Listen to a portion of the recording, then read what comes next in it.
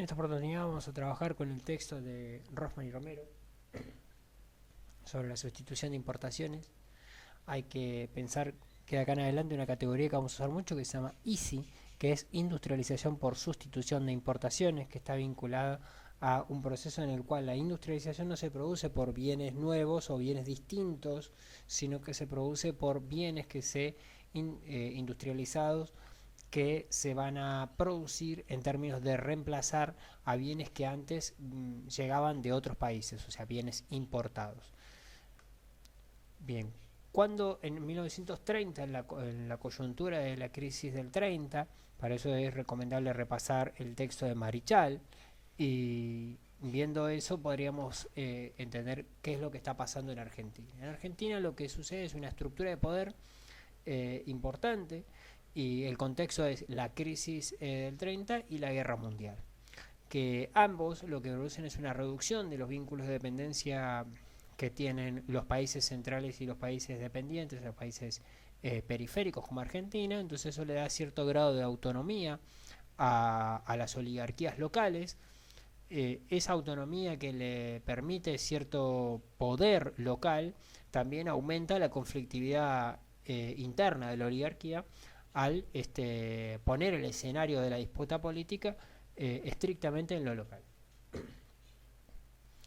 En esa coyuntura hay una caída de la demanda de bienes primarios, por lo tanto uno de los recursos por los cuales se consolidaba el poder de esas oligarquías es la exportación de bienes primarios, y estamos en un contexto donde esa exportación está cayendo. Hay una retracción del mercado mundial, o sea, el mercado tiende a retroceder y los países tienden a evitar el comercio externo para poder ordenar sus balanzas de pagos. Eso ya lo vimos con el artículo de Marichal. Y hay un cambio en las políticas de inversión extranjera directa, lo que se conoce como IED. ¿A qué nos referimos que hay un cambio en las políticas? Básicamente los países tienden a ser muy cautelosos en las inversiones o directamente minimizarlas a la expresión más reducida que puedan. Hay un aumento del proteccionismo a nivel internacional. Cada economía trata de protegerse de la competencia extranjera, trata de exportar, pero trata de importar lo mínimo, y habría que pensar de manera muy esencial el hecho de que todos los bienes que yo trato de exportar en otro país son importaciones, y por lo tanto si el resto de los países, al igual que yo, están tratando de evitar las importaciones, la posibilidad de exportar está casi reducida. Es muy clara la política de retracción del mercado. Entonces eso produjo un cambio que apunta a una lógica mercado internista, o sea, una lógica basada en el desarrollo o en un crecimiento de la economía vinculado al mercado interno, al consumo interno. Esta primera etapa hay que marcarlo bien. Es una etapa donde la lógica de mantener el crecimiento industrial está pensada en la producción y no en el consumo, que no es lo mismo. En la etapa de que va de 1930 a 1943, entonces se inicia un proceso de expansión y de desarrollo industrial. Expansión en términos de que las industrias producen más y son más las industrias que producen, y de desarrollo en términos de inversión en bienes de capital, o sea, en maquinarias. La oligarquía tiende a adaptarse en esta coyuntura y tiende a sumarse al sector industrial invirtiendo en tanto capitales o industrializando parte de los productos que ya producía normalmente. Damos un ejemplo: en vez de producir únicamente la carne, la oligarquía va a colocar sus propios frigoríficos, va a hacer carne enlatada, producir paté o producir picadillo de carne, ese tipo de actitudes que tiene que ver con industrializar el producto que ya producía con antelación. El sector industrial, ¿sí?, entonces tiende a no enfrentarse a la oligarquía y tiende a generar una especie de alianza transitoria buscando los capitales que la oligarquía posee o los bienes primarios que posee y que no puede colocar en el mercado externo debido a esta retracción del mercado mundial. Entonces la política anticrisis que establece en esta coyuntura tiene que ver primero con el desplazamiento del gobierno de Irigoyen y el primer golpe de Estado de la historia argentina. De esa manera, la oligarquía se hace con el poder del Estado y acentúa la política nacionalista. Nacionalista ya no en términos nacionales y populares como buscaría Irigoyen, sino en términos nacionalistas de carácter mucho más, como habíamos trabajado en otro artículo, chauvinistas. Entonces, la intervención del Estado en la economía es decidida y el Estado organiza una política para regular la producción y la comercialización. ¿Cómo se hace eso? Básicamente por la fundación de una institución como la Junta de Granos. Una junta que se encarga de comprar la cosecha y recolocarla en el mercado externo. La diferencia que obtiene entre la compra a los productores y la venta a los importadores internacionales serán los réditos del Estado y una manera también del Estado de poder obtener recursos en una coyuntura de crisis.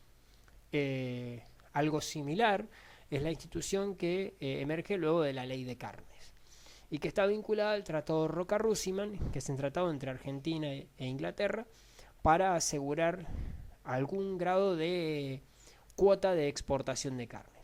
Lo que, obviamente, como la cuota es reducida, produce una serie de actos de corrupción donde algunos sectores de la oligarquía logran, por medio de sobornos, colocar su carne en prioridad a otros productores con menos poder o con menos vinculaciones políticas. Esto termina en un asesinato en el Senado de la Nación. Básicamente sacan un arma en la Cámara de Senadores y matan a uno de los senadores. En esta coyuntura, el Estado produce una intervención en el control de cambios, algo que nosotros tenemos relativamente entendido, supongo, que es lo que tenemos hoy, que es donde el Estado establece el valor de intercambio entre la moneda local y las monedas extranjeras. Para eso el Estado debe poseer un banco central, algo que para nosotros es cotidiano, se funda en esta época. Hasta 1930 la moneda nacional, el peso, se imprime en los bancos privados bajo pedido y aprobación del Estado. De ahora en adelante el Banco Central es el emisor de moneda y en virtud de que el Banco Central emite la moneda, sabe cuánto vale con relación al resto de las monedas extranjeras. Mientras crea el Instituto Movilizador de Inversiones Bancarias, que es un instituto que trata de controlar, ¿sí?, la forma y el manejo de los bancos, dejando un sistema de bancos garantidos, similar a lo que se aplica en Estados Unidos y que explicábamos en el artículo de Marichal. O sea, donde los bancos deben dejar un depósito, un porcentaje de depósito, por ejemplo un 20%, de lo que van a movilizar dentro de el mercado local. El Estado en ese momento lo que hace es tratar de arbitrar entre los intereses sociales de industriales, oligarcas y trabajadores. Los trabajadores en un orden mucho más marginal. Entonces, en esta coyuntura, todavía de 1930 a 1943, ¿cuál es la composición del bloque dominante? Hay una conducción que está en manos de la oligarquía, pero de un sector de oligarquía conocido como los invernadores. ¿Sí? El sector de la oligarquía criadora está más distanciada del poder o del bloque dominante. Digamos a ver qué son invernadores y qué son criadores. Bueno, el proceso de formación de la carne para la venta se divide en dos etapas. En los criadores, que son aquellos que desde la gestación del ternero hasta los 2 años y medio, son quienes se encargan de criar al animal. Estos sujetos, por lo general, si recordamos alguna de las explicaciones anteriores, como las que estaban en Rochi, se ubican en territorios no tan cercanos al puerto. Nos referimos a Olavarría, a Tandil, a Azul. Ahí se crían los animales durante 2 años o 2 años y medio. Luego se le venden a los invernadores. Los invernadores, obviamente, como están en el sector más dinámico, están más cerca del puerto. Aquello que mencionábamos, vuelvo a repetir, en el artículo de Rochi. Estos invernadores, entonces, pagan en pesos el animal criado con 2 años, 2 años y medio. Van a engordarlo entre 6 meses y 1 año esperando los mejores precios del mercado externo. Eso significa que van a comprar, ¿sí?, al animal en pesos y lo van a vender en moneda extranjera, ya sea dólares o libras esterlinas u oro. Eso hace que los invernadores tiendan a quedarse con lo que se conoce como la crema del mercado. Se quedan con la parte más jugosa de la negociación. Por lo tanto, ambos forman parte de la oligarquía, pero unos poseen mayor poder económico y político. El otro sector es el sector industrial. El sector industrial tiene cierta relevancia en esta coyuntura por ese desarrollo del mercado interno. Es tanto el poder de los sectores industriales que se aplica o se intenta aplicar un plan de reactivación industrial conocido como Plan Pinedo. El Plan Pinedo lo que pone es básicamente en evidencia que los industriales son un sector considerable y que necesitan de ciertas políticas que apuntan a básicamente la producción para el mercado interno, pero además de eso la producción destinada a una serie de países vinculados estrechamente con la economía argentina. Nos referimos en particular a Paraguay y a Bolivia. En esa coyuntura, el Plan Pinedo lo que apunta es un severo control de las importaciones, o sea, impuestos altos a los productos importados, y de esa manera proteger la industria nacional. Políticas antidumping. El antidumping es básicamente, el dumping es la política en la cual un productor de un país determinado va a vender a nivel local a precios muy altos para luego ir a vender al mercado externo a precios muy bajos.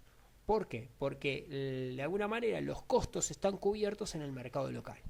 Yo un producto que me salió 20 pesos, lo vendo 180 en el mercado local y cuando voy al mercado externo lo puedo vender a 20 o a 30 pesos. Entonces, cuando compito en el mercado externo, gano siempre porque es muy barato lo que vendo, pero básicamente porque los costos están cubiertos en el mercado local. Esas medidas antidumping se frenan en la Argentina con controles de importaciones y precios y impuestos muy altos. De esa manera, por más que venga a venderlo a 30 pesos, como los impuestos son tan altos, no surge efecto esa medida de dumping. Las otras medidas son las medidas de drawback, donde justamente lo que hacen algunos de estos países centrales para lograr colocar sus productos industriales y recuperarse de la crisis del 30 es, en vez de hacer medidas de dumping, lo que hacen es de drawback, o sea, de devolución de impuestos exportables. Entonces, un país, ¿sí?, se compromete con sus industriales que cada vez que coloquen mercancía en otro país, el Estado les devuelve los impuestos pagos. Entonces, si vuelvo al mismo ejemplo de recién, llega ese productor, llega a la Argentina, vende a 30 el producto, Argentina le cobra un 400% de impuestos, o sea, 120 pesos por cada 30, llega ese productor y dice, Argentina me cobró 120 pesos de impuestos. Y la medida de drawback es que ese Estado, el Estado nacional de ese productor, le va a devolver los 120 que Argentina le cobró de impuestos. Entonces Argentina, con este control de importaciones, va a frenar tanto las medidas de drawback como las medidas de dumping. Se producen créditos estatales también para fomentar la industria. O sea, créditos baratos para que los industriales puedan comprar bienes de capital y aumentar su producción. ¿Cuál es la conclusión de esta coyuntura? Es básicamente que la industrialización fue limitada, reducida básicamente a los bienes livianos. Lo positivo fue que hubo una rápida acumulación de capital, tanto en forma de dinero como en bienes de capital. O sea, hay un alto grado de importación de maquinarias, básicamente maquinarias compradas a las empresas quebradas, tanto a nivel nacional como a nivel internacional, y aparte a industrias internacionales ávidas de colocar exportaciones. Por lo tanto, en ese momento se puede comprar maquinaria con valores bastante módicos. Hay un intenso incremento de la producción, volviendo a lo que explicábamos al principio. Es un incremento de la producción, no está buscando un incremento del consumo. No hay políticas de incremento del consumo, sino de producción. Y en esa coyuntura hay una baja presión obrera vinculada a la recesión económica, a que muchos de los trabajadores están sin trabajo, y como están sin trabajo están dispuestos a cobrar sueldos miserables, ¿sí? Y encima esto se da en una coyuntura de desorganización sindical. No porque los sindicatos se hayan desorganizado, sino porque es una transición entre un modelo sindical de movimiento obrero vinculado al anarcosindicalismo y al socialismo, y el inicio de un sindicalismo vinculado al comunismo en principio, y luego a lo que se conoce como el sindicalismo, así a secas, que es el que se va a asociar prontamente al peronismo. Bien, la etapa que va del 43 al 52, que es la etapa peronista, o la etapa más, más positiva del peronismo, porque el peronismo llega hasta el 55, pero en el 52 produce su primer crisis. ¿Qué caracteriza esta etapa del 43 al 52? Básicamente lo que Rothman y Romero llaman nacionalismo popular. ¿Qué es el nacionalismo popular? Bueno, esta emerge en una nueva coyuntura que es una Segunda Guerra Mundial, que produce una protección industrial automática, básicamente porque las industrias de los países centrales que venían saliendo de la crisis van a vincular toda su producción industrial a las necesidades bélicas, o sea, las necesidades de la guerra. Por lo tanto, esas industrias no vienen a importar o a exportar o a comerciar en la Argentina. No pueden, están concentradas en la Segunda Guerra, que produce un incremento de la demanda abismal. Por lo tanto, las industrias argentinas no tienen competidores. Y en esa coyuntura, además, la Segunda Guerra lo que produce positivo para Argentina es un aumento estrepitoso de la demanda de bienes primarios, comida básicamente. Entonces, Argentina, una gran productora de alimentos, tiene una coyuntura política internacional esencial de guerra y de posguerra, porque la reconstrucción también demanda lo mismo, donde se están demandando bienes primarios.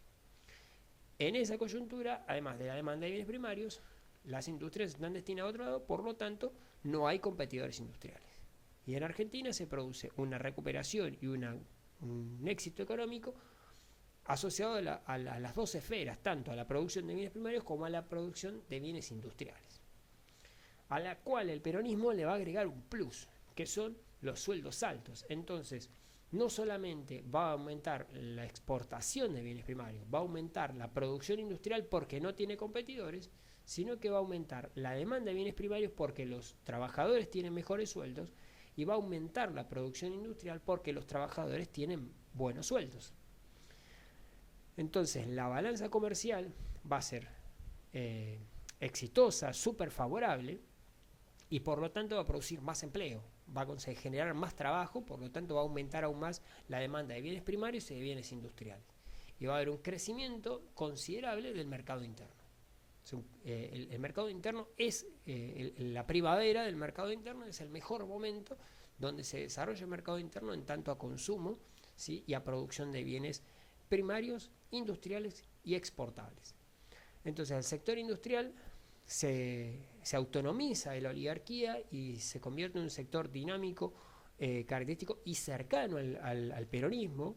¿Sí? Hay un sector industrial que todavía va a estar asociado a la oligarquía, que se emparentó a la oligarquía en términos sociales y en términos familiares, y hay un sector industrial mucho más dinámico. Aquellos que decíamos las pequeñas industrias se van a ir acercando al peronismo, van a formar un bloque junto con los sectores obreros, una alianza entre sectores industriales y sectores obreros, y la fracción industrialista del ejército. La fracción del ejército que requiere que el Estado debe intervenir en la economía para la producción de armas y de bienes bélicos, en una coyuntura donde estamos en la Segunda Guerra Mundial. Luego de terminar la Segunda Guerra Mundial, no queda cerrado el conflicto y se habla de la posibilidad de una Tercera Guerra Mundial. En esa coyuntura, Argentina, desde la lógica del ejército, debe producir sus propias armas y debe producir los bienes necesarios para esas armas. El Estado, en esa coyuntura, se convierte en un Estado árbitro, un Estado que arbitra entre los intereses de los diferentes sectores, ya sea de la oligarquía, de la industria y de los sectores obreros, incluso del ejército. ¿En qué se basa esa promoción industrial propia del peronismo? En una utilización de la capacidad ociosa. O sea, ¿qué es la utilización de la capacidad ociosa? Es usar la maquinaria que ya se había comprado en el periodo anterior, en una coyuntura que la crisis del 30 permitía, una más simple importación de maquinaria y esa maquinaria usarla de manera intensiva. Nos referimos a que entre 1930 y 1943, si yo compro una máquina y la máquina tenía la capacidad de producir 100, la estábamos haciendo producir entre 50 y 60. Con el peronismo esa máquina va a llegar a producir 100 y si es posible va, con algunas adaptaciones, va a producir 110. Esa es la lógica de uso intensivo del capital instalado o utilización de la capacidad ociosa. Entonces, en esa coyuntura se va a armar un complejo industrial en el cual voy a tener un conjunto de grandes empresas con alta concentración de bienes de capital y capitales que emplean 5.000 o 10.000 trabajadores y un grupo muy grande, numéricamente hablando, de pequeñas empresas con un bajo nivel de empleo y bajo uso de capital. Nos referimos a pequeñas industrias de carácter familiar, de reparación, de producción de bienes menores o de bienes livianos, en la cual se emplean entre 10 y 100 personas. Pero esas empresas son muchas más que las grandes empresas, hablando en términos numéricos. Bien, ¿cuáles son las limitaciones de esta estructura de promoción industrial propia del peronismo? Lo que no produce ese proceso industrial son industrias básicas.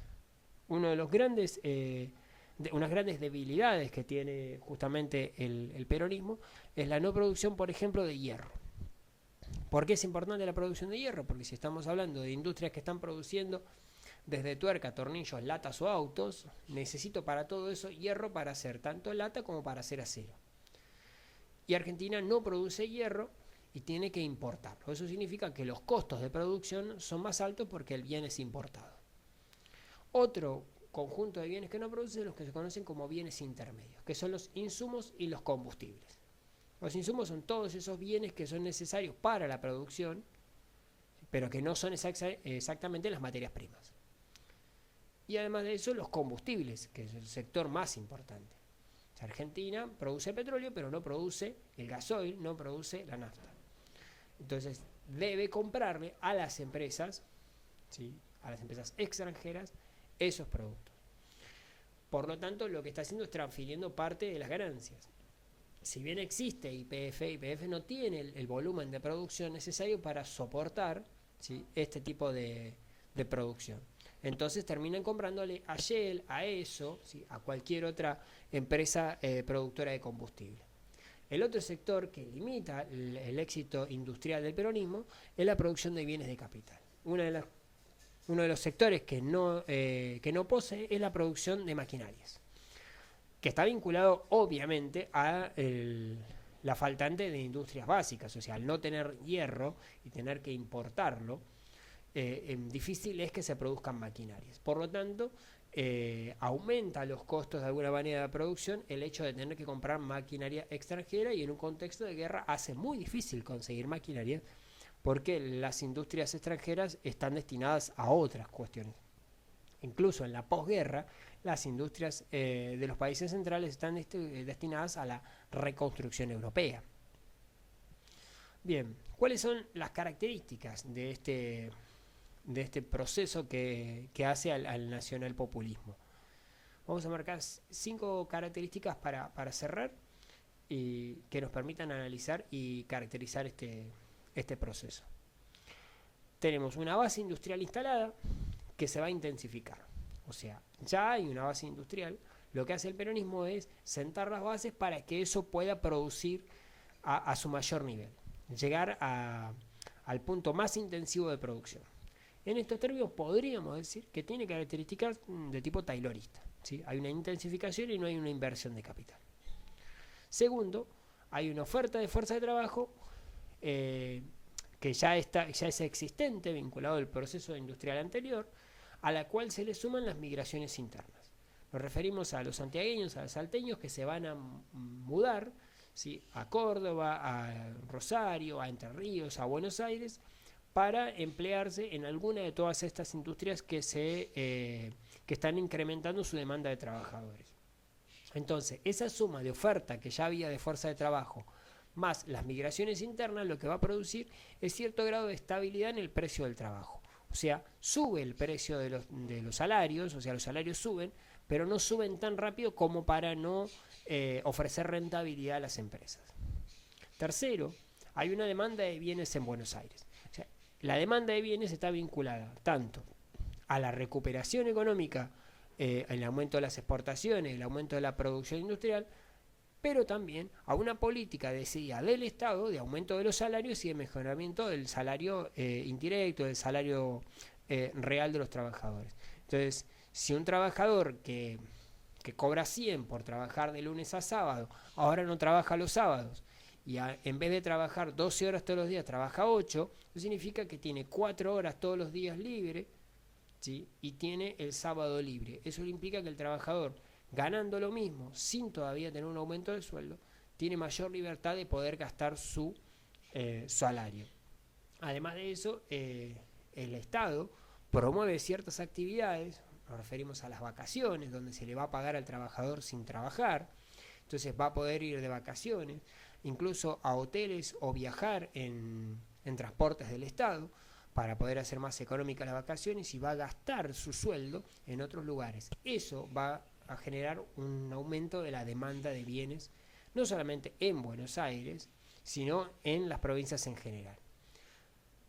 Además de eso, lo que es una característica del proceso y que es, como recién mencionábamos, una limitante, es la estrecha relación que existe entre este proceso industrial y los insumos externos. O sea, una gran limitante de ese desarrollo industrial es tener que comprar insumos externos, porque justamente eso limita las posibilidades de desarrollo. Si estallase una nueva guerra, si hubiera una crisis internacional, no llegarían esos insumos, por lo tanto la industria estaría frenada o estaría con graves problemas de continuar su desarrollo y su funcionamiento normal. Una quinta característica es la virtud de tener una infraestructura de servicio instalada que es anterior al peronismo y que le permite generar rápidamente una transferencia interregional de los excedentes económicos.